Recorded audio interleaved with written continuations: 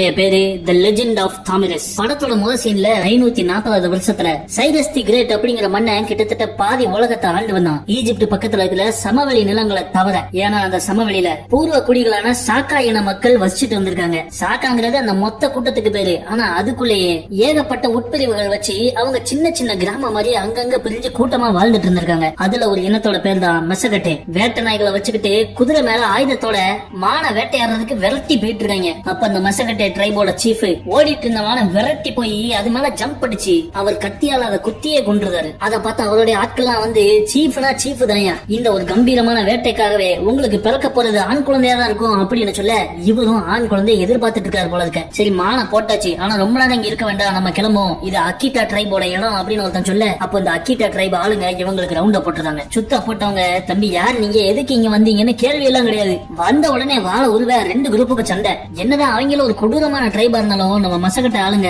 எல்லாவனையும் வெட்டி கட்டையில ஏத்திடுறாங்க. அந்த சண்டை முடிவுல மெசகட்டே சைட்லயும் 1-2 இழப்பு இருக்கு. மெசகட்டே ட்ரைபோட இடத்தை காமிக்காங்க. அங்க ஒரு பூசாரி மாதிரி ஒருத்தர் இருக்கான். ஆண் குழந்தை பிறக்கட்டும் ஐயா சாமி அப்படின்னு சொல்லிட்டு நெருப்பு முன்னாடி உட்காந்து மந்திரம் போட்டுக்கிட்டு இருக்கான். பார்த்தா அந்த வீட்டுக்குள்ள நம்ம சீஃபோட மனைவிக்கு பிரசவம் நடந்துகிட்டு இருக்கு. இந்த சீஃப் அவர் வீட்டுக்கு வந்து சேர்றதுக்குள்ளேயே பிரசவம் முடிஞ்சிருது. உள்ள வந்து பார்த்தா அவருடைய மனைவி கையில ஒரு சின்ன குழந்தையோட படுத்திருக்காங்க. என்ன மன்னிச்சிருங்க மாமா, நீங்க ஆம்பளை பையன் தான் எதிர்பார்த்தீங்க, ஆனா என்னால உங்களுக்கு ஒரு பொண்ணதான் கொடுக்க முடிஞ்சது அப்படின்னு அவ வேதனைப்பட அதுக்கு நம்ம சீஃபோ கவலைப்படாத, நீ எனக்கு இன்னொரு மகனையும் பெத்து கொடுப்ப அப்படிங்காரு. அந்த அளவுக்கு எல்லாம் உடம்புல தெம்பு இல்ல, நானே இப்போ அப்போன்னு இழுத்துக்கிட்டு இருக்கேன், இந்த பிள்ளைய நீங்க நல்லா பாத்துக்கோங்க. இவளுடைய பேரு தாமிரஸ்னு பேரை வச்சுட்டு அந்த அம்மா இறந்துடுறாங்க. அப்படியே பல வருஷம் உருண்டோடுது. இந்த மசகட்டே சீஃப் இன்னொரு கல்யாணம் பண்ணிக்கிட்டாரு, ஆனா குழந்தை எதுவும் பெத்துக்கல. தன்னுடைய ஒரே பொண்ணான தாமிரஸ ஒரு வீராங்கனையா வளர்க்காரு. குதிரை சவாரி, வில் வித்த, வாளால சண்டை போடுறதுன்னு இவருக்கு தெரிஞ்ச எல்லா வித்தையும் கத்து கொடுக்காரு. சீஃபான அவங்க அப்பா உட்கார்ற இடத்துல போய் உட்கார்ந்துட்டு நான் தான் இனிமேல் சீஃப்னு அவங்க ஐயாட்டே சேட்டையா கொடுக்கா. இப்படியே வாழ்க்கை இனிமையா சந்தோஷமா ஓடிக்கிட்டு இருக்க அப்ப ஒரு நாள் இவர் மெசகட்டே குரூப் சேர்ந்த ஒரு 2 பேரை காமிக்காங்க.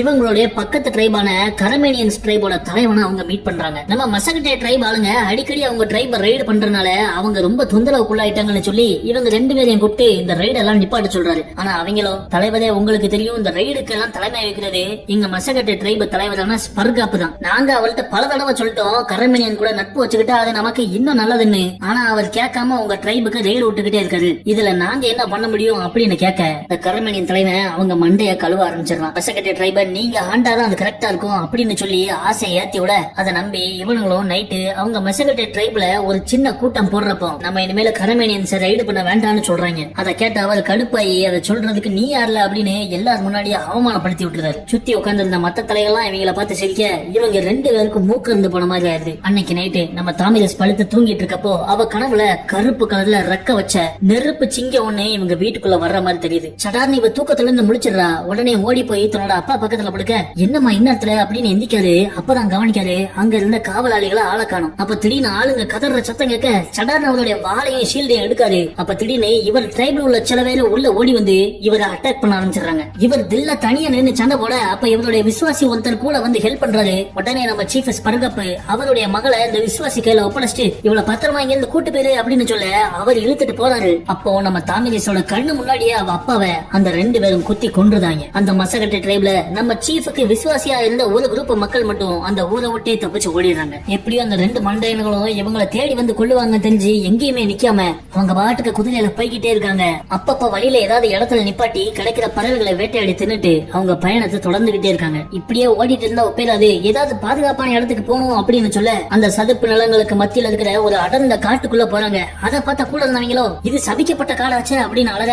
அதனாலதான் இந்த இடத்துக்குள்ள யாருமே வரமாட்டாங்க, நம்ம பாதுகாப்பா இருக்கலாம் அப்படின்னு சொல்லி அந்த காட்டுக்குள்ள ஒரு சின்ன மலைக்குன்று மாதிரி இருக்கிற இடத்துல போய் மறைஞ்சுக்கிறாங்க. நாள் போக அவங்க அங்கேயே செட்டில் ஆயிடுறாங்க. அப்படியே கால உருந்தோட அந்த மசகட்டே சீஃப கொண்ட 2 பேரும் இவங்களை தேடுறதையும் நிப்பாட்டிட்டாங்க. ஆனா தப்பிச்சு வந்த இவங்களும் நம்ம சீஃபோட மக தாமிரஸும் அதை மறக்கல. நம்ம தாமிரஸ் வயசுல சின்ன பொண்ணா இருந்தாலும் அவங்க அப்பா சொல்லி கொடுத்த வில்வித்தையெல்லாம் அந்த காட்டுக்குள்ள ஒரு நாள் கூட விடாம பிராக்டிஸ் பண்ணிக்கிட்டே இருக்கா. அவங்க ஐயாவை கொண்டவங்களை பழி வாங்கணுங்கிற ஒரே எண்ணம் மட்டும் தான் அவன் மனசுல ஓடிக்கிட்டு. இப்படியே அந்த கூட்டத்திலேயே ஒரு திறமையான வேட்டைக்காரியா மாறுறான். ஒரு நாள் இவங்க வேட்டையாடிட்டு இருக்கப்போ தூரத்துல எவனோ பாறை பின்னாடி உட்காந்து இவங்களை வேவு பார்த்துக்கிட்டு இருக்கான். இவன் வேற ஏதோ ட்ரைபுக்காரங்க போல இருக்க. நம்ம தாமிரஸ் அப்போ ஒரு பறவையை வேட்டையாடிட்டு திரும்ப அவங்களோட இடத்துக்கு போறா.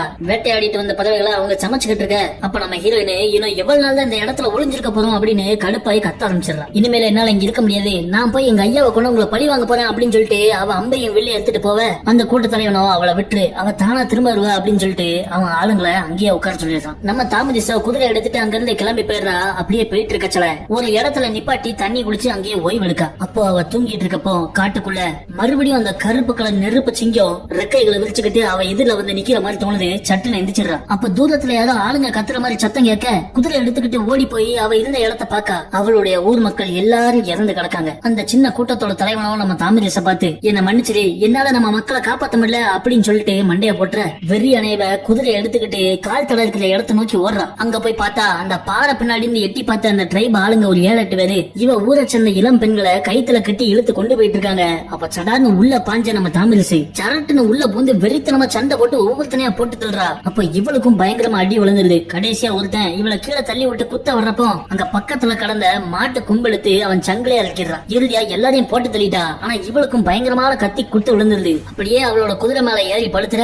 குதிரை பாட்டுக்கு இவளை எங்கேயோ கொண்டு போகுது. பல தூரம் போன பிறகு ஒரு சின்ன மக்கள் கூட்டம் இந்த குதிரையை கவனிக்காங்க. அது மேல ஒரு பொண்ணு மயங்கி இருக்காளே அப்படின்னு ஓடி வந்து பாக்க இந்த கூட்டத்தை சேர்ந்த எல்லாருமே பெண்கள் தான். அப்போ ஒரு பொண்ணு அடிபட்டு கிடக்காளேன்னு பார்த்து அவளை அவங்களோட இடத்துக்கு தூக்கிட்டு போறாங்க. அங்க போன உடனே அந்த ட்ரைபோட சீஃபோட மனைவி மவளை எவ்வளவு நேரம் உனக்கு வெயிட் பண்றது அப்படின்னு வேட்டைக்கு போன அவங்களோட மகளை வரவேற்காங்க. ஆனா அந்த பொண்ணு தான் அடிபட்டு கிடந்த நம்ம தாமிரச பார்த்து அவளை காப்பாத்துறதுக்காக இங்க கொண்டு வந்திருக்கா. இந்த பொண்ணு பேரு சர்தானா. அன்னைக்கு நைட்டு அந்த ட்ரைபோட காட்டு மந்திர முறைப்படி நம்ம தாமிரசோட காயங்களுக்கு மருந்து போட்டு அவளுக்கு ட்ரீட்மெண்ட் கொடுக்காங்க. அப்படியே ஒரு வாரம் கடந்த போது இப்ப நம்ம தாமிரசே நல்லபடியா குணமாயிடுறா. கண் முழிச்சு பார்த்தா வித்தியாசமான கூடாரத்துல இருக்கோமே அப்படின்னு சொல்லிட்டு அங்க இருந்து வெளியே வந்து பாக்கா அது ஒரு சின்ன ட்ரைபு. அப்போ இவளை காப்பாத்தின அந்த சீஃபோட மகளான சர்தானா அங்க வந்து ஒரு வழியா கண்ணு முழிச்சியா வா உனக்காக எல்லாரும் வெயிட் பண்ணிட்டு இருக்காங்கன்னு நம்ம ஹீரோயினை கூட்டு போறா. அப்படி போயிட்டு இருக்கப்போ அங்க 2 பொண்ணுங்க குதிரையில போறாங்க.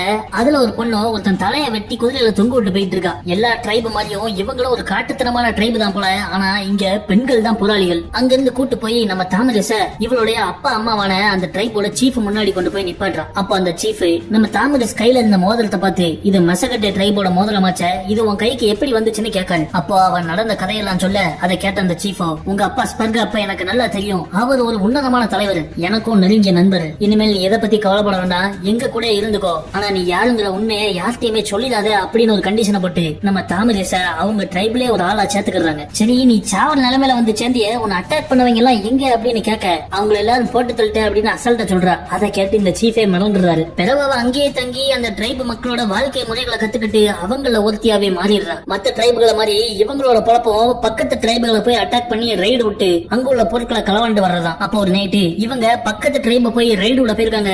ரைடு விட்டு வந்த பிறகு அதை வெற்றிகரமா முடிச்சிட்டோம் அப்படின்னு அடுத்த நாள் காலையில அந்த பொண்ணுங்க எல்லாம் கூட்டமா உட்காந்து பேசிட்டு இருக்க. அப்ப அவங்க எல்லாருமே அவங்க கையெழுத்து 2 சொட்டு ரத்தத்தை அங்குள்ள ஒரு கொம்புல விட்டு அதை நம்ம ஹீரோயினை குடிக்க சொல்றாங்க. அதை குடிச்ச பிறகுதான் அவளை அவங்க சகோதரியா ஏத்துக்கிறாங்க. பிறகு இப்படியே அவங்க ஒவ்வொரு ட்ரைபர் ரைடு பண்ணிட்டு இருக்க ஒரு நாள் அந்த கரமேனியன் ட்ரைபர் ரைடு பண்றதுக்காக இவங்க பிளான போடுறாங்க. ஒரு குரூப் அங்க உள்ள வீரர்கள் எல்லாம் திசை திருப்பி வெளியே கொண்டு போயிட இன்னொரு குரூப்போட தாமிரசு அந்த வில்லேஜ் அட்டாக் பண்றா. அப்ப அங்க இருக்கிற ஒரு வீட்டுல உள்ள பொம்பளைய வெளியே இழுத்து போட்டு இவங்க உள்ள போக பாக்காங்க. அப்ப ஒரு சின்ன பையன் அந்த வீட்டுக்காரங்களை காப்பாத்துறதுக்காக கத்தி எடுத்துட்டு வந்து நம்ம தாமிரச குத்த வரான். உடனே அவ கீழே அவனை மலத்தி போட்டு என்னல உங்க அம்மாவை காப்பாத்தியா அப்படின்னு கேட்டனா அது எங்க அம்மா கிடையாது, நான் ஒரு அனாதை அப்படிங்க. அப்பதான் அந்த வீட்டம்மா என்ன ஒண்ணும் பண்ணிடாத, அவன் எங்க வீட்டு வேலைக்காரனா, அவனை என்ன வேணாலும் பண்ணிக்கோ அப்படின்னு சொல்லி அவங்க நகையெல்லாம் கூட கலத்தி தராங்க.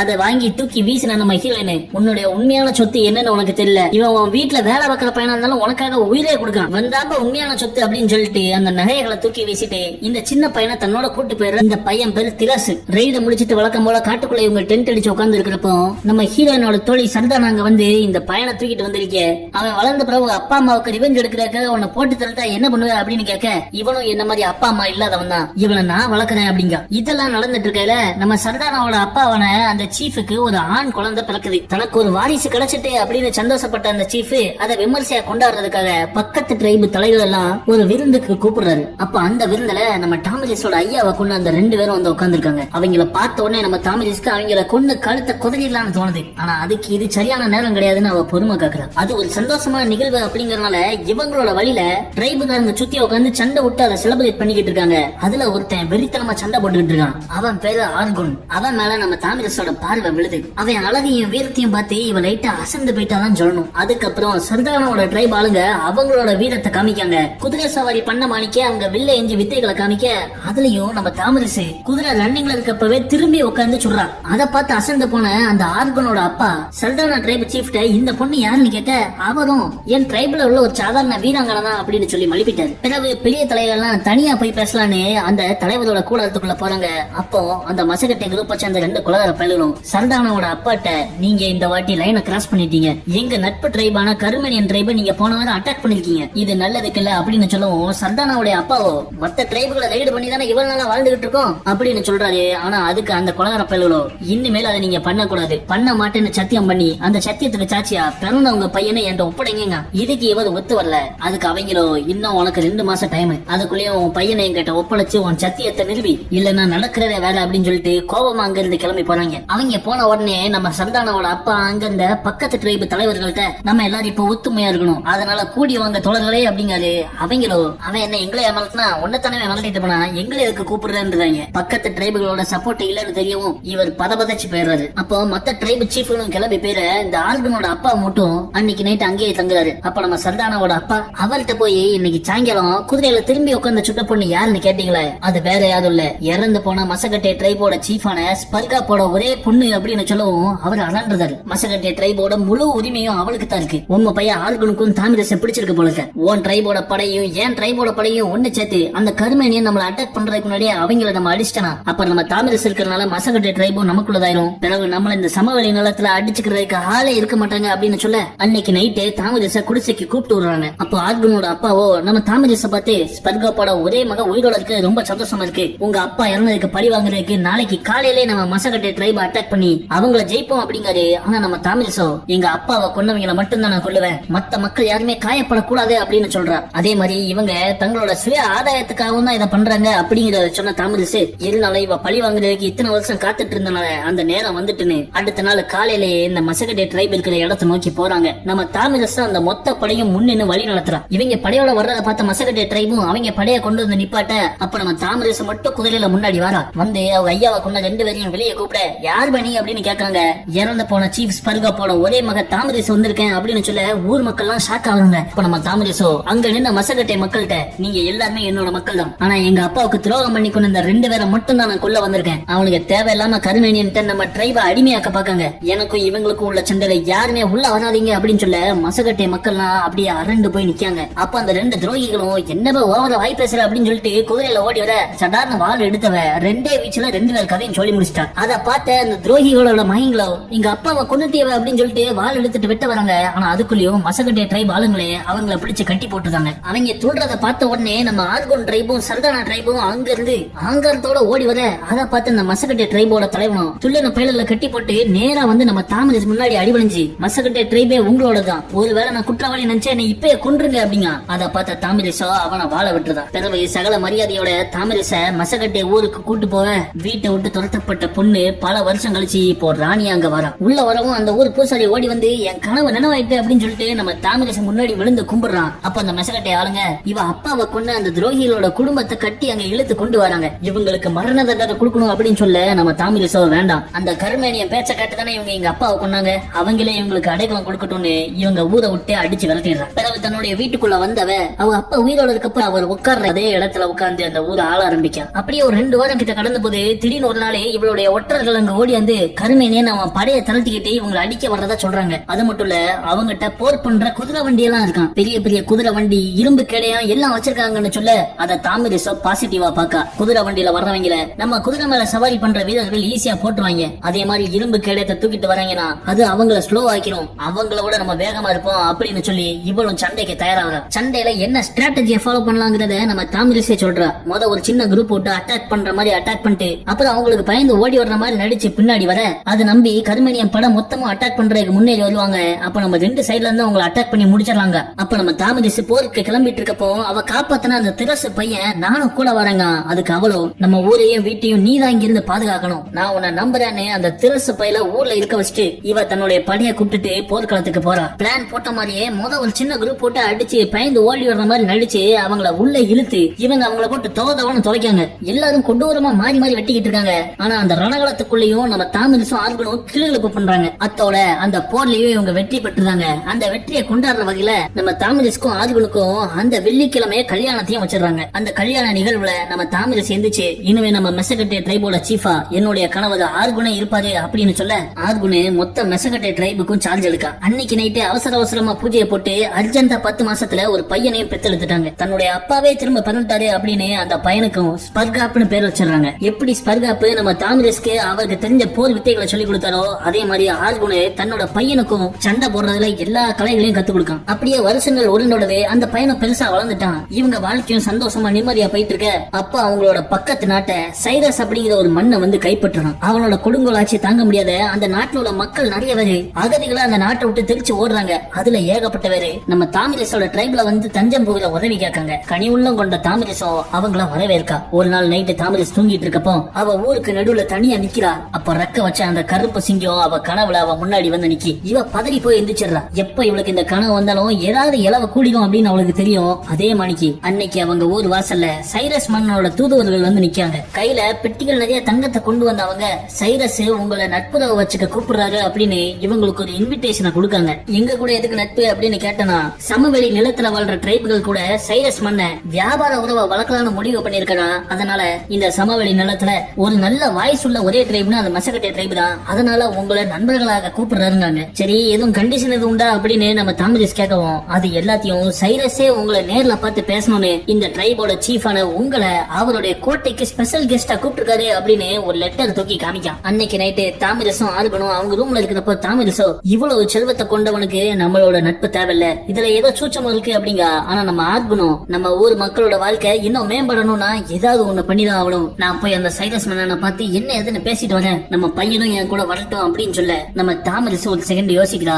ஆனா கணவரை எடுத்து பேச வேண்டாம்னு ஒண்ணு சொல்லாம விட்டுருதா. அடுத்த நாள் காலையிலே சைரஸோடைய தூதுவன் நம்ம ஆர்கனையும் அவர் பையன் ஸ்பர்காப்பையும் சைரஸ் மன்னன் தங்கி இருக்கிற பாபிலோன் நகரத்தை நோக்கி கூட்டு போறான். அவங்க போன கொஞ்ச நேரத்திலே தாமிரசு அவ தத்தெடுத்து வளர்த்தாலே அந்த பையன் திரசு அவனை கூப்பிட்டு இவங்களை அவங்களுக்கே தெரியாம ரகசியமா ஃபாலோ பண்ணு அப்படின்னு அனுப்பி விடுறா. இப்ப அந்த பயலே பெரிய ஆளாயிட்டான். திரசும் அவங்கள ரகசியமா ஃபாலோ பண்ணி போவ 2 நாள் பயணத்துக்கு அப்புறம் அவங்க பாபிலோன் நகரத்தை வந்து சேர்றாங்க. அந்த நகரத்து வாசல்லே ஏகப்பட்ட வேறு பிச்சை கேட்டு அலைஞ்சுகிட்டு இருக்காங்க. நகரத்துக்குள்ள போன பிறகும் நிறைய மக்கள் கொத்தடிமைகள் மாதிரி உடம்புல தெம்பு இல்லாம அங்கேயும் இங்கேயும் வேலை பார்த்துக்கிட்டு இருக்காங்க. அதெல்லாம் பார்த்த நம்ம ஆர்கனுக்கு பாபிலோன் நகரம் ரொம்ப பயங்கரமான நகரம் சொன்னாங்க, இங்க எல்லாரும் பீத்த பேல இருக்காங்க அப்படின்னு ஒரு அதிர்ச்சி கலந்த ஷாக்கோடையே இது எல்லாம் பாத்துக்கிட்டு அவன் வந்துகிட்டு இருக்கான். இல்லையா மன்னரை பாக்குறதுக்காக அவருடைய கோட்டைக்குள்ள போய் அவர் முன்னாடி போய் நிக்க வாப்பா ஆர்கனு நீ பெரிய வீரன்னு கேள்விப்பட்டனே அப்படின்னு சொல்ல நம்ம ஆர்கனும் எங்க சமவெளி மக்கள் யாருக்கும் பயப்படுறதில்ல அப்படின்னு கெத்தா சொல்றான். அதை கேட்ட சைரஸோ அவர் கெத்த காமிக்க நான் உலகத்துல பாதிய கைப்பற்றிட்டேன், நீயும் என் கூட சேர்ந்தா நம்ம முழு உலகத்தையும் கைப்பற்றிடலான்னு ஆர்கனையும் அவருடைய ட்ரைப் மக்களையும் இவன் படையில வீரர்களா சேர சொல்றாரு. அதை கேட்ட ஆர்கனும் போய என் டுபுக்கு என் மக்களுக்கு ஒரு நல்ல எதிர்காலம் தேடிதான் நான் இங்க வந்தேன், ஆனா உலகத்தை அழிச்சு அதுல எந்த எதிர்காலமும் வராது, நான் உங்க கூட சேர மாட்டேன்னு கெத்தா சைரஸ் மூஞ்சிலே சொல்லிட்டு அங்கிருந்து கிளம்பி போயிடுறான். அவன் போன பிறகு சைரஸோட தூதுவனும் மண்டைய கழுவுற வேலையை ஆரம்பிச்சிடறான். மன்னர் மன்னா உங்களே எதிர்த்து பேசிட்டு அவன் போறான். அவன் இந்த பாபிலோன் நகரத்தை எல்லையை தாண்டக்கூடாது, அவனுக்கு ஒரு அழகான மனைவி இருக்கா, இவனை இங்கே சோழிய முடிச்சிட்டனா நைஸ் போல பேசி வச்சு அவளை உங்களுக்கு கட்டி வச்சிடுறேன், அவளை நீங்க மனைவி ஆக்கிட்டீங்கன்னா சமவெளி நிலத்துல இருக்கிற அத்தனை ட்ரைபும் உங்களுக்கு தான் அப்படின்னு சொல்ல அப்படியே ஆகட்டும்னு சைரஸும் உத்தரவு போட்டுதான். அன்னைக்கு நைட்டு ஆர்கனுக்கும் அவன் ஆளுங்களுக்கும் இவங்க விருந்து கொடுக்கற மாதிரி கொடுத்து ஏகப்பட்ட சாராயத்தை ஊத்தி விட்டு அவங்களுக்கு ஃபுல் போதை ஏறின அப்புறம் ஆளுங்களை வச்சு போட்டு தள்ளிடுறாங்க. அடுத்த நாள் அதிகாலையிலேயே சைரஸுடைய தூதுவன் ஒட்டகத்துல இவங்களோட உடம்புகளை கட்டிட்டு நம்ம மெசகட்டை ஊர் நோக்கி வர ஆரம்பிக்கும். ஆனா அவங்க வந்து சேர்றதுக்கு முன்னாடியே நம்ம திரசு இங்க வந்து தாமிரிஸ்ட நடந்த விஷயத்த சொல்லிடுறான். அதை கேட்ட தாமிரிஸ்க்கு அவ உலகமே இடிஞ்சு விழுந்த மாதிரி ஆயிட்டு. அன்னைக்கு சாயங்காலம் அந்த தூதுவன் மண்டையன் நம்ம ஆர்கனும் அவர் பையன் ஸ்பர்காப்போட உடம்பு எடுத்துக்கிட்டு மெசகட்டை ஊருக்குள்ள வரான். வந்து ஒரு பெரிய ஆக்டிங்க போட்டு சைரஸும் உங்க கணவரும் நல்ல நண்பர்கள் ஆயிட்டாங்கம்மா, ஆனா அங்க இருந்து வர்ற வழியில ஏதோ ஒரு ட்ரைபோட காட்டு முட்டா ஆளுங்க உங்க கணவரையும் உங்க பையனையும் வெட்டி கொண்டுட்டாங்க. அந்த விஷயத்தை கேட்டு சாக்காய் பண்ண மாமன்னர் சைரஸ் உடனே அந்த காட்டு மிராண்டிகளை பிடிச்சு மரண தண்டனை கொடுத்துட்டாரு. அதுக்கு சாட்சியா அந்த காட்டு மிராண்டிகளோட உச்சந்தலையை வெட்டி இட்டு வந்திருக்குன்னு அறுத்து கொண்டு வந்த ஒரு 4-5 பேரோட உச்சந்தலையை அங்க முன்னாடி வீசினான். அடுத்த நாள் அவங்க உடம்புகளை அடக்கம் பண்றாங்க. இறுதி சடங்குகள் எல்லாம் முடிச்சுக்கிட்டு நைட்டு வீட்டுல வந்து உட்கார்ந்து இருக்கிறப்போ அங்க வந்து அந்த தூதுவன் மாமன்னர் சைரஸ் ஒரு செய்தி அனுப்பியிருக்காரு. உங்க ட்ரைப் தலைவனை இழந்து நிக்கி, ஆனா எதுக்குமே கவலைப்பட வேண்டாம், மாமன்னர் பெரிய மனசு பண்ணி உங்களை அவரோட மனைவியாக்க முடிவெடுத்திருக்காரு அப்படின்னு சொல்லிட்டு ஒரு லெட்டர் உன்னை நீட்டுறான். அதை பார்த்து வெறியான தாமிரிசோ அந்த தூதுவனை பிடிச்சு கரகரன்னு இழுத்து வெளியே கொண்டு வந்து அவ ஊர் மக்கள் முன்னாடி இந்த சைரஸ் மன்ன நம்ம சீஃபையும் என்னுடைய பையனையும் நட்பு வளர்க்கலாங்கிற பொய்ய சொல்லி கூப்பிட்டு உள்ள கொடூரமா கொலை பண்ணிட்டாங்க. இப்ப அந்த நாதாரி என்ன மனைவியாக வர கேட்கான். இதுக்கு நம்ம என்ன பதில் சொல்லணும்னு சரட்டுன்னு கத்திய உருவனவன் அந்த தூதுவன் தொண்டையில இறக்கி அவனை அங்கேயே முடிச்சுட்டான். அந்த தூதுவன் கூட வந்த மத்த ஆட்களை இவனோட உடம்ப உங்க மன்னன் கொண்டு போய் சொல்லுங்க, எதுவா இருந்தாலும் பாத்துக்க சமவெளி மக்கள் தயார்னு அப்படியே ஒரு செய்தியை சொல்லி அனுப்பிவிட அந்த ஊர் பூசாரியோ அரண்டு போய் முன்னாடி வந்து முழங்கால் போட்டு கடவுளோட கோபத்தை சம்பாதிச்சிட்டோம், இனிமேல் எல்லாமே நாசமாக போதே அப்படி இப்படின்னு சொல்லிக்கிட்டு இருக்கான். ஓவர சவுண்ட் விட்டா வாஞ்சங்க அழுத்துறான்னு சொல்லிட்டு நம்ம தாமரிசா அவனை மிரட்டி விட்டுறா. அடுத்த நாள் சைரஸ் மன்னனுக்கு அவருடைய தூதுவனையே அந்த சமவெளி மக்கள் கொண்டுட்டாங்க அப்படிங்கிற செய்தி போய் சேருது. அதை கேட்டு கடுப்பான சைரஸ் அவன் மொத்த படையும் இந்த சமவெளி நிலத்துக்குள்ள பூத்தி இந்த டிரைபுகளுக்கு எதிராக போர் தொடுக்க ஆரம்பிக்கான். சைரஸோட மகா படை சமவெளி நிலத்துக்குள்ள பூந்துட்டு அப்படின்னு தெரிஞ்ச தாமரிஸ் உடனே எல்லா டிரைபு சீஃப்களையும் கூப்பிட்டு இந்நேரத்தில் நம்ம ஒத்துமையா இருந்தா மட்டும்தான் நம்ம பழைக்க முடியும்னு இவ ஒரு படையை தள்ளுறான். ஒவ்வொருத்தனும் நான் வந்து சண்டை போட்டா எங்களுக்கு என்ன கிடைக்கும்னு கேட்கான். வந்து சண்டை போடலன்னா நீ இருக்கிற நிலைமை உனக்கு கிடைக்காதுல, சைரஸ் தூக்கிட்டு போயிடுவான் அப்படின்னு சொல்லி புரிய வச்சு அவங்கள ஒரே டீம்ல சேர்க்கறதுக்குள்ளயும் தாமரிஸ் பாடுபட்டு போயிடுறான். ஆனா இல்லையா, எப்படியோ எல்லாரும் ஒரே புரிதலுக்கு வரவும் சைரஸோட படையை எடுத்து சண்டை போடனா இவங்களுக்கு ஏகப்பட்ட ஆயுதம் தேவைப்படும்னு ஏகப்பட்ட பட்டறைகளை உருவாக்கி முழு நேர வேலையா ஆயுதத்தை பண்ண ஆரம்பிக்காங்க. ஒரு சைடு ஆயுத உற்பத்தி நடந்துகிட்டு இருக்க, இன்னொரு பக்கம் நம்ம தாமரிஸ் அந்த சைரஸோட படையை எப்படி அட்டாக் பண்ணலாம்னு ஸ்ட்ராட்டஜி போட ஆரம்பிச்சிடறான். சைரஸ் படை இந்த சமவெளி நிலத்துக்கு வர்றதுக்கான ஒரு முக்கியமான ஆற்றை கடந்து வந்துட்டாங்க. அந்த செய்தி நம்ம தாமரிஸ்க்கு உடனே வந்து சேருது. அது மட்டும் இல்லாம அவங்க படையில எத்தனை பேர் இருக்காங்க, அதுலயும் முக்கியமான டிக்கெட்டுகள்லாம் யாரு அப்படிங்கிற எல்லா தகவலும் வருது. அவங்க வீழ்த்துறது கஷ்டமா இருக்கும் அப்படின்னு இவங்க சொல்லிக்கிட்டு இருக்க, அதை கேட்ட தாமரிசோ பாம்போட தலைய வெட்டினா உடம்பு தானா செத்துரும், நம்மளோட டார்கெட் சைரஸ் அப்படிங்க எல்லா டிரைபுகள உள்ள சிறந்த வீரர்களை தேர்வு செஞ்சு அதுல ஒரு 100 பேரை ஸ்பெஷல் குரூப்பா உருவாக்குறான். இந்த 100 பேர் கொண்ட குரூப்போட ஒரே குறிக்கோள் சைரஸ கொல்றது மட்டும்தான். இந்த குரூப்புக்கு இவங்களுடைய மத்த படைகள் எல்லா நேரத்திலையும் பாதுகாப்பு கொடுத்து அவங்கள முன்னேற்றி கொண்டு போய் சைரஸோட படைகளை எடுத்து சண்டை போட்டு இந்த குரூப் முன்னாடி போறதுக்கு வழியை மட்டும் உருவாக்கி கொடுத்தா போதும், சத்தமில்லாம போய் அவங்க சைரஸ முடிச்சு தெளிவாங்க அப்படின்னு சொல்லிட்டு இவங்களோட ஸ்ட்ராட்டஜியை மண்ணுல வரைஞ்சு காமிக்கா. அது எல்லாருக்குமே ரொம்ப நம்பிக்கையா இருக்கு. அன்னைக்கு நைட்டு சைரஸோட படைகளை தூங்க விடாம நைட்டு சின்ன சின்ன குரூப்பா போய் ரைடு விட்டு அவங்கள அலற விடுறாங்க. இப்படியே தொடர்ந்து ஒரு 4-5 நாள் நடக்க சைரஸ்க்கு அந்த தகவல் போய் சேருது. தலைவரே, அந்த காட்டு முட்டா பயிலுக நைட்டு எங்க இருந்து வராங்க எங்க போறாங்கன்னு தெரிய மாட்டேங்குது, ஆனா நமக்கு அடி மட்டும் வசமா உள்ளது. ஃப்ரண்ட் லைன்ல இருக்கிற நம்ம படைகள் யாருமே தூங்காம ரொம்ப டயர்ட் ஆகி கிடக்காங்க அப்படிங்க. போர்ல இருக்கப்ப டயர்டாவது கேடாவது அனுப்புங்கள ஆளுகளை அப்படின்னு சொல்லிட்டு சைரஸ் கோவப்பட்டுதான். அன்னைக்கு நைட்டு நம்ம தாமரிஸ் தூங்கிட்டு இருக்கப்போ சைரஸோட பாபிலோன் நகர கோட்டையில அவ இருக்கிற மாதிரி கனவு காங்குறா. அப்ப எதிர்த்தாப்புல அந்த கருப்பு சிங்கம் வந்து நிக்கி, வாடி என் சக்காலத்தி அப்படின்னு பிடிச்சி அந்த சிங்கத்துக்குள்ள சண்டை போட்டு கத்திய சொல்லி அதை கனவுலே கொன்றுதான். இறுதியா சைரஸ் படையும் தாமரிஸோட படையும் போர்க்களத்துல நேருக்கு நேர் வந்து நிக்காங்க. சண்டை ஆரம்பிக்கு நம்ம தாமரிஸ் சும்மா திமிரிக்கிட்டு முன்னாடி போவ ஒரு சின்ன குரூப்போட போய் அம்புகளை விட்டு அவங்கள அட்டாக் பண்றா. பிறகு இவங்களோட வழக்கமான ஸ்ட்ராட்டஜியை கடைபிடிச்சு இவங்க அங்கிருந்து பயந்து ஓடுற மாதிரி திரும்பி வர சைரஸோட படைகள் இவங்களை அட்டாக் பண்றதுக்காக வீறிட்டு ஓடி வராங்க. அப்போ நம்ம தாமரிஸோட குரூப்புக்கு பின்னாடி இந்த படைகள் வந்து சைரஸ் படைகளோட மோத அங்க ஒரு பெரிய யுத்தமே நடக்குது. நம்ம தாமரிஸோ தூரத்துல ஒரு உயரமான இடத்துல வந்து நின்று மொத்த சண்டையும் மேற்பார்வை பார்த்துட்டு இருக்கா. இவங்க பிளான் போட்டபடியே அந்த 100 முக்கியமான வீரர்களுக்கு மத்த ட்ரைபோட படைகள் பாதுகாப்பு கொடுத்து முன்னாடி கூட்டு போவ இந்த அட்டாக்க சைரஸ் கொஞ்சம் கூட எதிர்பார்க்கல. ஆனா அந்த பேட்டர்னை பார்த்த உடனே சைரஸ்க்கு தெரிஞ்சுக்கிட்டு ஒரு பர்டிகுலர் குரூப் வச்சு நம்மள போடுறதான் இவ பிளான் பண்ணிருக்காங்க. ட்ரைப் மக்களும் அவங்களோட உயிரை கொடுத்து இந்த 100 பேரை பாதுகாக்கிறாங்க. ஒரு ரண கொடூரமான யுத்தம் நடக்குது. அந்த சிறந்த 100 வீரர்கள்ல ஒரு முக்கியமான ஆளு வேற யாரும் கிடையாது, நம்ம பையன் திரசு. ஒரு பக்கம் அவனும் இன்னொரு பக்கம் சந்தானாவும் யுத்தத்துல பாஞ்சு வெட்டுறாங்க. ஆனா நம்ம ஆளுக சைட்லயும் பயங்கரமான இழப்பு தான். உடனே ஒருத்தன் ஓடி வந்து தாமரிஸ்ட சைரஸ் இருக்கிற இடத்த பக்கத்துல நெருங்கிட்டு இருக்கோம், ஆனா நம்ம சைடு இழப்பு ரொம்ப அதிகமா இருக்கு அப்படின்னு சொல்றான். இருந்தாலும் தாமரிஸ் சண்டையை நிப்பாட்டுற. அப்ப அந்த யுத்தத்துல நம்ம தாமரிஸோட உடன்பிறவா சகோதரியான சந்தானாவையும் குத்தி கொண்டுறாங்க. ஆனா இவங்களுடைய அந்த 100 ஸ்பெஷல் வீரர்கள் சைரஸ் பக்கத்துல நெருங்கிட்டாங்க. அப்ப சைரஸோட அடியால் ஒருத்தன் ஓடி வந்து, மன்னா நீங்க இங்க இருந்து ஓடினாதான் உயிர் பழைக்க முடியும் அப்படின்னு சொல்றான். ஆனா அவரோ எதிரிக்கு பயந்து சைரஸ் எந்த போர்க்களத்துல இருந்து ஓடினது இல்லடா அப்படின்னு டயலாக் அடிக்காரு. தன்னுடைய அரியணையில உட்காந்து எதிரிகள் முன்னேறி வர்றத பாத்துக்கிட்டு இருக்க அங்க நம்ம திரசுவோ சும்மா சுந்தரவன புலி மாதிரி எதிரில வர்றவங்க எல்லாம் அடிச்சு தாக்கிட்டு சைரஸ் முன்னாடி வந்து அவன் நிக்க அந்த மன்னனோ அவனுடைய வாளை உருவிட்டு சண்டை போட வாடா. அப்ப நம்ம திரசு அந்த சைரஸுக்கு ஒரே சொல்லு, அந்த மண்ணை வாய பிளந்து கீழே சரிஞ்சிட்டான். மன்னர் இறந்துட்டாருன்னு தெரிஞ்ச உடனே சைரஸோடைய படை ஆட்கள் எல்லாமே தெரிச்சு ஓடிடுறாங்க. ஒரு பயலும் போர்க்களத்துல இல்ல. அந்த போரை இவங்க ஜெயிச்சிடுறாங்க. நம்ம திரசு சைரஸ கொண்டு அவன் தலைய வெட்டி துண்டா கொண்டு வந்து தாமரிஸோட கால் அடியில வைக்கான். எந்த சின்ன பையன் அனாதான் சொல்லிட்டு ஒரு குடும்பம் ஒதுக்குச்சோ அந்த பையன் இன்னைக்கு ஒரு சாம்ராஜ்யத்தையே வென்று அந்த ராணிக்கு கொடுத்திருக்கான். அதோட படத்தை முடிக்கிறாங்க. இன்னைக்கு பார்த்தா இந்த வரலாற்று சிறப்பு மிக்க படம் உங்களுக்கு பிடிச்சிருந்தா நம்ம வீடியோக்கு லைக் பண்ணி சப்போர்ட் பண்ணுங்க. இந்த படத்தை பத்தின கருத்துக்களை கமெண்ட்ஸ்ல பதிவிடு.